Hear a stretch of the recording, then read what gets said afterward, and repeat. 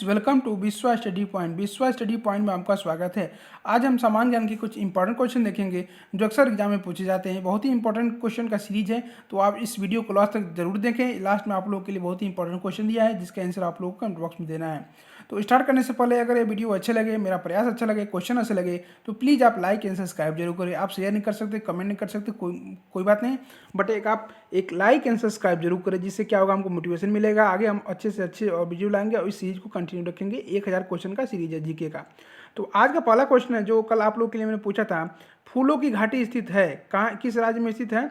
जम्मू कश्मीर में, हिमाचल प्रदेश में, उत्तराखंड में, केरल में। जो फूलों की घाटी है वो आपका उत्तराखंड में स्थित है, तो इसका आंसर जो हो जाएगा आपका सी पार्ट उत्तराखंड। उत्तराखंड में फूलों की घाटी स्थित है, इसलिए इसका आंसर जो हो जाएगा सी पार्ट उत्तराखंड। अगला क्वेश्चन, आज का पहला क्वेश्चन स्टार्ट होता है। प्रतिशत अधिकतम वन क्षेत्र है, सबसे अधिकतम वन क्षेत्र किस प्रदेश में है? अरुणाचल प्रदेश में, नागालैंड में, मिजोरम में, हिमाचल प्रदेश में। तो सबसे ज़्यादा अधिकतम जो वन क्षेत्र है वो आपका मिजोरम में है, तो इसका आंसर जो है आपका सी पार्ट। इंपॉर्टेंट क्वेश्चन है, स्टार लगा लीजिए इसको। मिजोरम में सबसे अधिक प्रतिशत में वन है, इसका आंसर जो हो जाएगा आपका सी पार्ट मिजोरम। अगला क्वेश्चन है, निम्नलिखित में से किस राज्य के कुल भौगोलिक क्षेत्रफल के सबसे कम भाग पर वनों का विस्तार पाया जाता है? मतलब कौन सा राज्य है जिसके क्षेत्रफल के हिसाब से सबसे कम वहाँ वन पाया जाता है? गुजरात, हरियाणा, पंजाब, राजस्थान। तो जिससे कम जो क्षेत्रफल के हिसाब से सबसे कम जिसमें पाया जाता है वो हरियाणा राज्य है, इसमें कम सबसे कम वन पाया जाता है, तो इसका आंसर जो हो जाएगा आपका बी पार्ट हरियाणा। अगला क्वेश्चन है, निम्नलिखित में से कौन से एक स्थान सबसे कम वर्षा प्राप्त करता है? यहाँ सबसे कम जहाँ वर्षा होती है, लेह, बीकानेर, जैसलमेर, जोधपुर। इसमें से जो लेह जो एरिया है, लेह जो जगह है आपका, वहाँ सबसे कम वर्षा होती है, तो इसका आंसर जो हो जाएगा आपका ए पार्ट लेह। अगला क्वेश्चन है, उत्तर पूर्वी मानसून से सबसे अधिक वर्षा कहाँ प्राप्त होता है? या उत्तर पूर्वी मानसून से सबसे अधिक वर्षा प्राप्त करने वाला राज्य कौन सा है? असम, उड़ीसा, तमिलनाडु, पश्चिम बंगाल। तो उत्तर पूर्वी मानसून से सबसे ज़्यादा वर्षा प्राप्त करता है वो तमिलनाडु राज्य है, तो इसका आंसर जो हो जाएगा आपका सी पार्ट तमिलनाडु। इसके आंसर में गलत टाइप हो गया यहाँ पर ए नहीं रहेगा, यहाँ पर सी रहेगा, सी होगा आपका सी पार्ट। जो उत्तर पूर्व मानसून से सबसे अधिक वर्षा तमिलनाडु को मिलता है। अगला क्वेश्चन है, भारत की सर्वाधिक वर्षा मुख्यतः प्राप्त होती है वापस होती मानसून से, संवाहिनी वर्षा से, दक्षिणी पश्चिमी मानसून से, उत्तर पूर्वी मानसून से। तो भारत में जो सबसे सर्वाधिक वर्षा प्राप्त होती है वो दक्षिणी पश्चिमी मानसून से होती है, तो इसका आंसर जो है आपका सी पार्ट। अगला क्वेश्चन है, आज का 6वां क्वेश्चन है, मानसून शब्द जो है, मानसून किस भाषा का शब्द है? अंग्रेजी, स्पेनिश, अरबी और फ्रेंच। जो मानसून शब्द है आपका ये अरबी शब्द है एक, तो इसका आंसर जो है आपका सी पार्ट अरबी। अगला क्वेश्चन है, नागार्जुन सागर, ये भी वेरी वेरी इंपॉर्टेंट क्वेश्चन है, इसको स्टार लगा लीजिए। इंपॉर्टेंट क्वेश्चन है, ये परियोजना से पूछता है। नागार्जुन सागर परियोजना है जो किस नदी पर स्थित है? भद्रा नदी पर, कृष्णा नदी पर, गोदावरी नदी पर, भीमा नदी पर। तो जो नागार्जुन सागर परियोजना आपका कृष्णा नदी पर स्थित है, तो इसका आंसर जो हो जाएगा आपका बी पार्ट कृष्णा नदी। अगला क्वेश्चन है, कोयला परियोजना किस राज्य की मुख्य बहुउद्देशीय नदी घाटी परियोजना है? राजस्थान की, मध्य प्रदेश की, गुजरात की, महाराष्ट्र की। जो कोयला परियोजना है आपका ये महाराष्ट्र की बहुउद्देशीय परियोजना है, तो इसका आंसर जो हो जाएगा आपका डी पार्ट महाराष्ट्र। अगला क्वेश्चन है, हीराकुंड परियोजना, देखिए ये भी वेरी वेरी इंपॉर्टेंट क्वेश्चन है, स्टार लगा लीजिए। जिसमें मैं स्टार लगाता हूँ वो क्वेश्चन बहुत ही इंपॉर्टेंट होते हैं, रिपीटेड क्वेश्चन होते हैं, आए हुए क्वेश्चन होते हैं, तो उसको जरूर याद करेंगे आप। हीराकुंड परियोजना किस राज्य में है? झारखंड में, मध्य प्रदेश में, उड़ीसा में, छत्तीसगढ़ में। तो हीराकुंड जो परियोजना आपका उड़ीसा राज्य में स्थित है, तो इसका आंसर जो है आपका सी पार्ट उड़ीसा। कभी कभी ये भी पूछता है कि हीराकुंड परियोजना किस नदी पर स्थित है, तो वो आपका उड़ीसा के महानदी पर स्थित है। महानदी एक नदी है, उस नदी पर स्थित है, तो इसका आंसर जो है आपका सी पार्ट उड़ीसा। नदी जो पूछेगा कौन सी नदी पर है, तो महानदी नदी पर है, इसको याद करेंगे, इंपॉर्टेंट क्वेश्चन है। अगला क्वेश्चन है 10वां क्वेश्चन, ये भी इंपॉर्टेंट क्वेश्चन, लक्ष्मी सागर बांध परियोजना किस नदी पर स्थित है और किस राज्य में स्थित है, ये भी पूछता है, स्टार लगा लीजिए। लक्ष्मी सागर बांध परियोजना किस नदी पर स्थित है? बेतवा नदी पर, चंबल नदी पर, सोन नदी पर, केन नदी पर। तो ये लक्ष्मी सागर बांध परियोजना जो है उत्तर प्रदेश में है, ये ललितपुर जिले में, उत्तर प्रदेश के ललितपुर जिला में पड़ता है, जो बेतवा नदी है वहाँ पर स्थित है। तो लक्ष्मी सागर बांध किस नदी पर स्थित है? बेतवा नदी पर है, और ये उत्तर प्रदेश के ललितपुर जिले में पड़ता है, तो इसका आंसर जो जाएगा आपका ए पार्ट। अगला क्वेश्चन है, कर्नाटक में स्थित बहुउद्देशीय नदी घाटी परियोजना कौन सी है? इन चारों में से जो कर्नाटक में स्थित बहुउद्देशीय नदी घाटी परियोजना कौन सी है? दामोदर, कोसी, तुंगभद्रा और भाखड़ा। तो इस कर्नाटक में जो स्थित बहुउद्देशीय नदी घाटी परियोजना आपका ये तुंगभद्रा नदी पर स्थित है, तो इसका आंसर जो जाएगा आपका सी पार्ट तुंगभद्रा। अब देख लेते हैं इसके बारे में। तुंगभद्रा परियोजना भारत की एक प्रमुख नदी घाटी परियोजना है। यह कर्नाटक और आंध्र प्रदेश राज्य का एक संयुक्त उपक्रम है। यह बांध तुंगभद्रा नदी पर, जो कि कृष्णा नदी की सहायक नदी है, मल्लमपुरम के निकट है। ये क्या है कि कृष्णा नदी की सहायक नदी है तुंगभद्रा, उसी नदी पर स्थित है। तो इसका आंसर जो जाएगा सी पार्ट। इंपॉर्टेंट क्वेश्चन है ये, विश्व के, देखिए ये भी वेरी वेरी इंपॉर्टेंट क्वेश्चन है, स्टार लगा लीजिए। रिपीटेड क्वेश्चन एग्जाम में आया हुआ आता है अक्सर, कॉमन क्वेश्चन। विश्व की सबसे बड़ी लंबी पर्वतमाला कौन सी है? रॉकीज पर्वत, एल्पस, एंडीज, हिमालय। तो विश्व की जो सबसे लंबी पर्वतमाला है आपका ये एंडीज पर्वत है। तो इसका आंसर जो है आपका सी पार्ट एंडीज। इसमें गलत टाइप हो गया इसका ऑप्शन में, ये नहीं होगा, एंडीज होगा। सी इसका आंसर हो जाएगा सी। एंडीज ये आपका दक्षिणी अमेरिका के बॉर्डर पर ये पड़ता है। ये बहुत ही बड़ा सबसे लंबा पर्वतमाला श्रृंखला है एंडीज पर्वत। इसका आंसर जो है सी पार्ट हो गया। अगला क्वेश्चन, जनसंख्या वृद्धि का सर्वाधिक प्रतिशत किस महाद्वीप के देशों में पाया जाता है? अफ्रीका में, ओशनिया में, लैटिन अमेरिका में, एशिया में। तो जनसंख्या वृद्धि का सर्वाधिक जो प्रतिशत है आपका एशिया में पाया जाता है। तो इसका आंसर जो जाएगा आपका डी पार्ट, एशिया। अगला क्वेश्चन है, सार्क देशों में सबसे घना देश कौन सा है? जो सार्क देश कंट्री है इनमें सबसे घना देश कौन सा है? भारत, मालदीव, पाकिस्तान, बांग्लादेश। तो सार्क देशों में जो सबसे घना देश है वो आपका बांग्लादेश है। तो इसका आंसर जो है सी पार्ट, बांग्लादेश। देख लेते हैं सार्क के बारे में। सार्क का जो फुल फॉर्म होता है, ये भी पूछता है कि सार्क का फुल फॉर्म क्या होता है। तो उसका फुल फॉर्म होगा, हिंदी में पूछेगा तो होगा दक्षिण एशियाई क्षेत्रीय सहयोग संघ।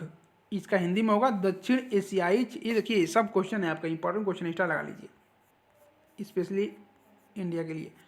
दक्षिण एशियाई क्षेत्रीय सहयोग संगठन बोलते हैं उसको, इंग्लिश में बोलते हैं south Asian association for regional cooperation. देखिए इसका यहाँ पर दिया हुआ है इंग्लिश में, दक्षिणी एशियाई क्षेत्रीय सहयोग संगठन, सार्क बोलते हैं जिसको। उसका फुल फॉर्म होता है, एस का मतलब south Asian association for regional cooperation. इसकी जो स्थापना हुई थी आपकी 8 दिसंबर 1985 को ढाका में सार्क चार्टर पर हस्ताक्षर के साथ हुई थी। इसका मुख्यालय जो, ये भी मुख्यालय बहुत ही इंपॉर्टेंट क्वेश्चन है, पूछता है। इसका जो मुख्यालय आपका ये नेपाल के काठमांडू, जो कि नेपाल की राजधानी काठमांडू है, वहाँ पर स्थित है सार्क का मुख्यालय। इसका निर्माण इसका जो स्थापना हुआ था वो ढाका में हुआ था 1985 में। और इसके सदस्य देश हैं टोटल 8, अफगानिस्तान, बांग्लादेश, भूटान, भारत, मालदीव, नेपाल, पाकिस्तान, श्रीलंका। एक्चुअली इसमें 7 ही देश थे सार्क के, बट 2007 में 14वें वार्षिक शिखर सम्मेलन में अफगानिस्तान को भी सार्क का नया सदस्य बना लिया गया था। तो टोटल अभी क्या 8 इसमें सदस्य हैं। जो 8 नेबरिंग कंट्री हैं इंडिया के, वही सब हैं। मेन अफगानिस्तान हो गया, बांग्लादेश, भूटान, भारत, मालदीव, नेपाल, पाकिस्तान और श्रीलंका। इनका जो मुख्यालय आपका नेपाल की राजधानी काठमांडू में स्थित है। ये सब फैक्ट्स है, याद करने बहुत ही इंपॉर्टेंट क्वेश्चन है। एक इनका फुल फॉर्म में पूछा था, सार्क का फुल फॉर्म क्या हुआ? निम्नलिखित में से किस एक में राष्ट्रीय उद्यानों की संख्या सर्वाधिक है? निम्नलिखित प्रदेशों में से किस में एक राष्ट्रीय उद्यानों की संख्या सबसे ज्यादा है? अरुणाचल प्रदेश, अंडमान और निकोबार द्वीप समूह, मेघालय, असम। इसमें जो अंडमान निकोबार द्वीप समूह है उसमें सबसे ज्यादा राष्ट्रीय उद्यानों की संख्या है। तो इसका आंसर जो जाए आपका बी पार्ट, अंडमान और निकोबार द्वीप समूह। किस फसल की बुआई तथा कटाई के बीच सर्वाधिक अंतर पाया जाता है? गेहूं, मक्का, गन्ना, जौ। तो इसमें से जो गन्ना जो है उसके कटाई और बुआई के बीच में सर्वाधिक अंतर पाया जाता है, इनके बीच में सर्वाधिक अंतराल होता है। तो इसका आंसर जो जाएगा आपका गन्ना, सी पार्ट। अगला क्वेश्चन है, नीलगिरी के पहाड़ी क्षेत्रों में किसकी खेती की जाती है? नीलगिरी की जो पहाड़ी क्षेत्र हैं उसमें किसकी खेती की जाती है? चाय की, इलायची की, कॉफी की, रबड़ की। तो नीलगिरी के जो पहाड़ी क्षेत्र है उसमें खेती की जाती है कॉफी की। तो इसका आंसर जो जाएगा आपका C part, coffee. Important question ये भी। निम्नलिखित में से कौन सी शहर अंगूरों की पैदावार के लिए प्रसिद्ध है? नासिक, उज्जैन, सोलापुर, नागपुर। तो अंगूरों की पैदावार के लिए जो नासिक शहर है वो बहुत फेमस है। तो इसका आंसर जो है आपका ए पार्ट, नासिक। अगला क्वेश्चन है, आज का 19वां क्वेश्चन है, निम्नलिखित में से कौन सी नकदी फसल महाराष्ट्र में पैदा नहीं होती है? गन्ना, रबड़, कपास, तिलहन। तो इसमें से जो रबड़ है आपका ये महाराष्ट्र में पैदा नहीं होता है, बाकी सब पैदा होता है। तो इसका आंसर जो जाएगा आपका बी पार्ट, रबड़। अगला क्वेश्चन आज का 20वां क्वेश्चन है, निम्नलिखित में से कौन एक पार्थिव ग्रह नहीं है? निम्नलिखित में से एक पार्थिव ग्रह नहीं है। एक पार्थिव ग्रह होते हैं वो नहीं है, शुक्र, शनि, बुध और मंगल। तो इन चारों में से जो क्या है, शनि जो ग्रह है आपका पार्थिव ग्रह के अंतर्गत नहीं आता है। तो इसका आंसर जो जाएगा आपका बी पार्ट, शनि। बाकी शुक्र, बुध और मंगल ये सब पार्थिव ग्रह हैं। इसके बारे में फैक्ट देख लेते हैं, पार्थिव ग्रह किसे बोलते हैं। जो ग्रह सिलिकेट चट्टानों तथा धातुओं से बने होते हैं उन्हें पार्थिव ग्रह कहते हैं। देखिए क्या हुआ, जो ग्रह मेनली इंपॉर्टेंट वो है कि जो ग्रह सिलिकेट चट्टानों या धातुओं से बने होते हैं उन्हें पार्थिव ग्रह कहा जाता है। सूर्य के जो निकटतम आंतरिक ग्रह है, जो सूर्य के जो आगे के जो 4 हैं आपका वो उनको आंतरिक ग्रह भी बोलते हैं हम। जो जो शुरू के जो चार हैं, जैसे कि सूर्य से आपका बुध, शुक्र, पृथ्वी और मंगल, इन चारों को हम आंतरिक ग्रह भी बोलते हैं, और उनके बाद जो बचते हैं चार उनको बाह्य ग्रह बोलते हैं। तो इन आंतरिक ग्रहों को हम पार्थिव ग्रह भी बोलते हैं, जैसे बुध, शुक्र, पृथ्वी और मंगल, इनको हम पार्थिव ग्रह भी बोलते हैं। तो ये भी फैक्ट्स हैं, इंपॉर्टेंट है, याद रखें, स्टार लगा लीजिए। बहुत ही इंपॉर्टेंट फैक्ट्स है, इसलिए बहुत अच्छा सीरीज है क्वेश्चन का, लास्ट तक जरूर देखें। उनके पास एक केंद्रीय धातु क्रोड है जिससे ज़्यादातर लोहा होता है, जिसमें आसपास सिलिकेट मेटल होता है, तो इसलिए इनको पार्थिव ग्रह बोलते हैं, क्योंकि सिलिकेट चट्टानों धातु से बने होते हैं। इनको हम आंतरिक ग्रह भी बोलते हैं, पृथ्वी, बुध, शुक्र, पृथ्वी, मंगल को। निम्नलिखित में से कौन सा बृहद वृत्त का उदाहरण है? बृहद वृत्त का उदाहरण है कर्क रेखा, आर्कटिक रेखा, मकर रेखा, भूमध्य रेखा। तो इनसे जो भूमध्य रेखा है उसको हम बृहद वृत्त का रूप को भी बृहद वृत्त बोलते हैं। तो जो भूमध्य रेखा है उसको हम बृहद वृत्त भी बोला है, उसका बृहद वृत्त भी नाम है, उसको बोला जाता है। तो इसका आंसर जो है डी पार्ट हो गया। अब देख लेते हैं कुछ फैक्ट। यह उत्तरी और दक्षिणी ध्रुव से समान दूरी पर पृथ्वी की सतह पर एक काल्पनिक रेखा जो होता है आपका भूमध्य रेखा, जैसे आपका मानिए ये ग्लोब है, आपका ये ग्लोब है, तो ग्लोब पर एक काल्पनिक रेखा जो बीचों बीच खींचते हैं, जो कि पूरे ग्लोब को दो बराबर भागों में बांटता है। ऊपर वाले को बोलते हैं उत्तरी ध्रुव, नीचे वाले को दक्षिणी ध्रुव बोलते हैं। तो वो जो बीच वाली रेखा होती है, जो ये आपका रेखा, इसी को बोलते हैं भूमध्य रेखा, इसी को बोलते हैं बृहद वृत्त भी बोलते हैं। तो फर्क दे देते हैं। यह उत्तरी ध्रुव और दक्षिणी ध्रुव से समान दूरी पर पृथ्वी की सतह पर एक काल्पनिक रेखा है। यह पृथ्वी को उत्तरी और दक्षिणी गोलार्ध में दक्षिणी गोलार्ध में विभाजित करता है। इस रेखा के उत्तरी भाग में, ये क्या है कि इस रेखा का जो उत्तरी भाग है आपका, मानिए ग्लोब है आपका ये, तो इसके जो उत्तरी भाग है उसको जो 23.5 डिग्री उत्तरी अक्षांश को हम बोलते हैं कर्क रेखा, और जो नीचे होता है आपका यहाँ पर नीचे जो रेखा होता है 23.5 डिग्री दक्षिण, उसको बोलते हैं मकर रेखा। तो याद करेंगे, जो कर्क रेखा होता है भूमध्य रेखा के ऊपर होता है, जो मकर रेखा होता है भूमध्य रेखा के नीचे होता है, 23.5 डिग्री अक्षांश पर होते हैं। तो भूमध्य रेखा 14 देशों की भूमि या जल से गुजरती है। ये कुछ फैक्ट्स हैं, इंपॉर्टेंट याद रखेंगे। कर्क रेखा, मकर रेखा को याद रखेंगे कैसे बोलते हैं। 23.5 डिग्री क्या उत्तरी डिग्री को हम कर्क रेखा बोलते हैं, 23.5 डिग्री दक्षिणी अक्षांश को हम बोलते हैं मकर रेखा। निम्नलिखित में से कौन कायांत्रिक शैल है? संगमरमर, ग्रेनाइट, कोयला, चूनासम। तो जो संगमरमर है आपका, ये उसको कायांत्रिक शैल है, इसका आंसर हो जाएगा आपका ए पार्ट, संगमरमर। अगला क्वेश्चन है 23वां क्वेश्चन है आपको, भूगर्भ में जिस स्थान पर भूकंपीय तरंगों की उत्पत्ति होती है उस स्थान को क्या कहा जाता है? जो भूगर्भ में जिस स्थान पर भूकंपीय तरंगों की उत्पत्ति होती है उस स्थान को क्या कहा जाता है? अधिकेंद्र, इकोजाइट, भूकंप केंद्र, भूकंप अधिकेंद्र। तो उसको हम भूकंप केंद्र कहते हैं। तो इसका आंसर हो जाएगा आपका सी पार्ट, भूकंप केंद्र। इंपॉर्टेंट क्वेश्चन है, निम्नलिखित में कौन सर्वाधिक विनाशकारी होता है? तड़ित झंझा, टार्नेडो, टाइफून, हरिकेन।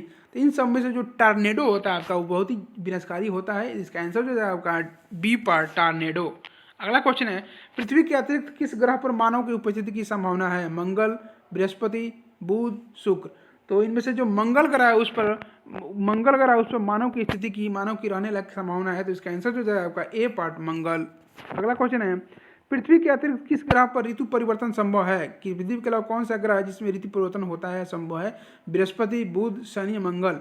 तो वो आपका ग्रह मंगल ग्रह पर क्या है कि ऋतु परिवर्तन संभव है, इसीलिए वहाँ पर जीवन की संभावना वैज्ञानिकों ने पता किया है कि जीवन की संभावना है मंगल ग्रह पर। आंसर हो जाएगा डी पार्ट हो गया।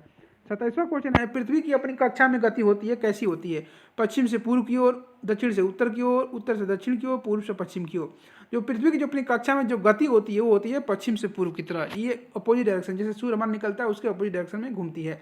तो पृथ्वी की जो अपनी कक्षा में जो गति होता है वो क्या होता है? पश्चिम से पूर्व की होता है। तो इसका आंसर जो है आपका ए पार्ट, पश्चिम से पूर्व। अगला क्वेश्चन आज का 28वां क्वेश्चन है, दूरी की दृष्टि से, जो देखिए वेरी वेरी इंपॉर्टेंट क्वेश्चन है, स्टार लगा लीजिए इस पर। ये आपका सैटेलाइट, ये सौर मंडल से क्वेश्चन है। दूरी की दृष्टि से तृतीय क्रम में कौन सा ग्रह है? जो सूर्य से हम दूरी के रूप में देखेंगे तो कौन सा तृतीय ग्रह आता है? शुक्र, पृथ्वी, बृहस्पति, शनि। तो आप आता है आपका तृतीय नंबर क्या आता है? सबसे पहले मानिए आपका सूर्य है, यहाँ पर सूर्य है, सूर्य है आपका। सूर्य के बाद जो सबसे होता है आपका बुध होता है, उसके बाद होता है शुक्र, उसके बाद होता है आपका पृथ्वी। तो जो क्या है कि दूरी के दृष्टि से जो क्रम में तृतीय नंबर पर क्या आता है आपका? पृथ्वी ग्रह आता है। तो इसका आंसर जो होता है आपका बी पार्ट, पृथ्वी जो क्या है सूर्य की दृष्टि से दूरी की दृष्टि से सूर्य से तीसरे नंबर पर आता है पृथ्वी। सबसे पहले बुध आता है, उसके बाद शुक्र आता है, उसके बाद पृथ्वी आता है, उसके बाद मंगल आता है, ऐसे आता रहता है। तो इसका आंसर होगा बी पार्ट। पृथ्वी के उपकेंद्रों की संख्या कितनी है? देखिए ये भी very very common question, important question है, लेकिन ये अक्सर लोग कन्फ्यूज हो जाते हैं कि पृथ्वी के उपग्रहों की संख्या कितनी है? 0, 1, 2 और 8। तो पृथ्वी के उपग्रहों की जो संख्या आपका 1 है। जो उपग्रह कौन सा है? वो पूरा चंद्रमा। पृथ्वी का केवल एक उपग्रह है जो चंद्रमा है, तो उपग्रहों की संख्या कितनी होगी, 1 होगी। तो इसका आंसर जो है आपका बी पार्ट 1। अगला क्वेश्चन आज का 30वां क्वेश्चन है, निम्नलिखित में से कौन सबसे चमकदार ग्रह है, मरकरी, वीनस, नेपच्यून, मार्स। तो इन चारों में से जो वीनस ग्रह है आपका सबसे चमकदार ग्रह होता है, तो इसका आंसर जो है आपका बी पार्ट वीनस ग्रह।